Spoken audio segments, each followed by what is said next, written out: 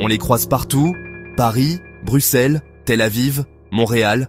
Plus de 5 millions de Marocains vivent hors du royaume. On les appelle la diaspora, mais ce mot ne dit pas tout. Derrière les clichés des transferts d'argent, une réalité plus puissante se cache. Les MRE, Marocains, résidant à l'étranger, forment une armée de l'ombre. Sans mandat officiel, ils exercent une influence discrète, mais redoutable. Leur force, carnet d'adresses, expertise, capacité à naviguer entre deux mondes. Ils sont les relais naturels d'une stratégie d'influence pensée au sommet de l'État marocain. Leur mission, souvent tacite, défendre les intérêts du Maroc, partout, tout le temps. Sur le Sahara occidental, les accords commerciaux, l'image du royaume, chaque prise de position compte. C'est un jeu subtil, où engagement personnel et action concertée se confondent. Une nébuleuse d'influence qui intrigue et inquiète. Qui sont ces ambassadeurs de l'ombre? Jusqu'où va leur pouvoir? Plongés dans les arcanes d'un réseau mondial, puissant et méconnu. Oubliez les ambassades. La vraie partie se joue dans les conseils d'administration, les parlements, les médias. Les joueurs clés sont souvent ceux qu'on attend le moins. Des citoyens du monde, mais dont le cœur bat encore au rythme de Rabat. Pour comprendre cette influence, il faut regarder la carte. La diaspora marocaine, c'est une mosaïque mondiale. Officiellement 5 millions, probablement plus. La France en tête, avec plus d'1,5 million de Marocains ou binationaux. Un poids démographique qui devient politique. Espagne, Italie, Belgique, Pays-Bas, chaque pays a sa spécificité. La Belgique, avec près de 800 000 personnes d'origine marocaine, est un cas d'école. Les Pays-Bas, une communauté active, intégrée dans l'économie et la société. Le Canada, surtout le Québec, attire une élite qualifiée, ingénieurs, médecins, universitaires. Les États-Unis, plus de 100 000 Marocains, souvent très qualifiés. Israël, près d'1 million d'Israéliens d'origine marocaine. Un pont unique entre les deux pays. Cette diaspora pèse sur les décisions de l'État hébreu, notamment sur la question du Sahara. Cette répartition n'est pas un hasard, elle dessine une stratégie. En Europe, il s'agit de peser sur l'Union européenne. Au Canada, d'ouvrir la porte de l'Amérique du Nord. En Israël, d'activer un levier diplomatique inédit. La diaspora n'est plus seulement une source de devises, elle est devenue un outil géopolitique, un soft power incarné par des millions de citoyens. Où qu'ils soient, ils gardent un lien indéfectible avec le Maroc. Chaque communauté joue un rôle précis dans la stratégie globale. Leur réseau, leur réussite, leur attachement au pays d'origine sont des atouts majeurs. Cette toile mondiale façonne la diplomatie marocaine moderne. Elle permet au royaume d'exister partout, sans frontières. La diaspora, c'est la force invisible du Maroc, un réseau qui ne cesse de s'étendre. L'intégration, c'est le maître mot. Les deuxième et troisième générations de la diaspora ont gravi les échelons. Avocats, chefs d'entreprise, journalistes, ministres, ils sont partout.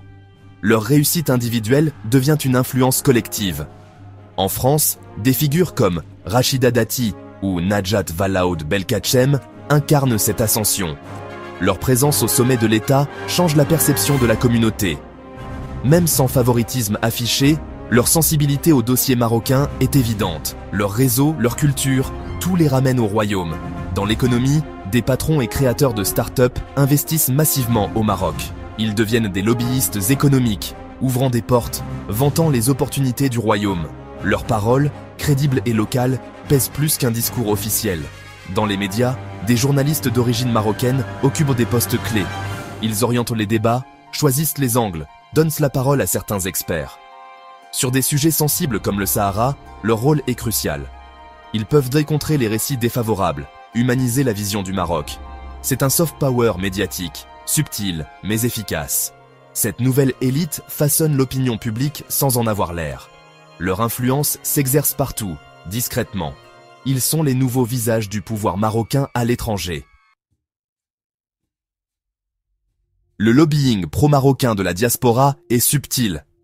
Pas de corruption, mais de la conviction, du réseau, de l'intelligence. Chaque espace de sociabilité devient une chambre d'influence. Les binationaux sont le pont parfait entre deux mondes. Ils maîtrisent les codes de leur pays d'accueil tout en gardant un lien fort avec le Maroc. Cette double culture est leur plus grande force. Un député français d'origine marocaine défend un accord avec le Maroc en tant que Français, connaissant bien le sujet. Les investissements sont un autre levier. Un patron franco-marocain qui crée des emplois au Maroc lie les intérêts des deux pays. Il devient naturellement un avocat des positions marocaines. C'est un cercle vertueux pour Rabat. La médiatisation et l'événementiel jouent aussi un rôle clé. Festivals, forums économiques, galas, chaque événement construit une image positive du Maroc. Ces initiatives renforcent les liens entre élites du pays d'accueil et du royaume.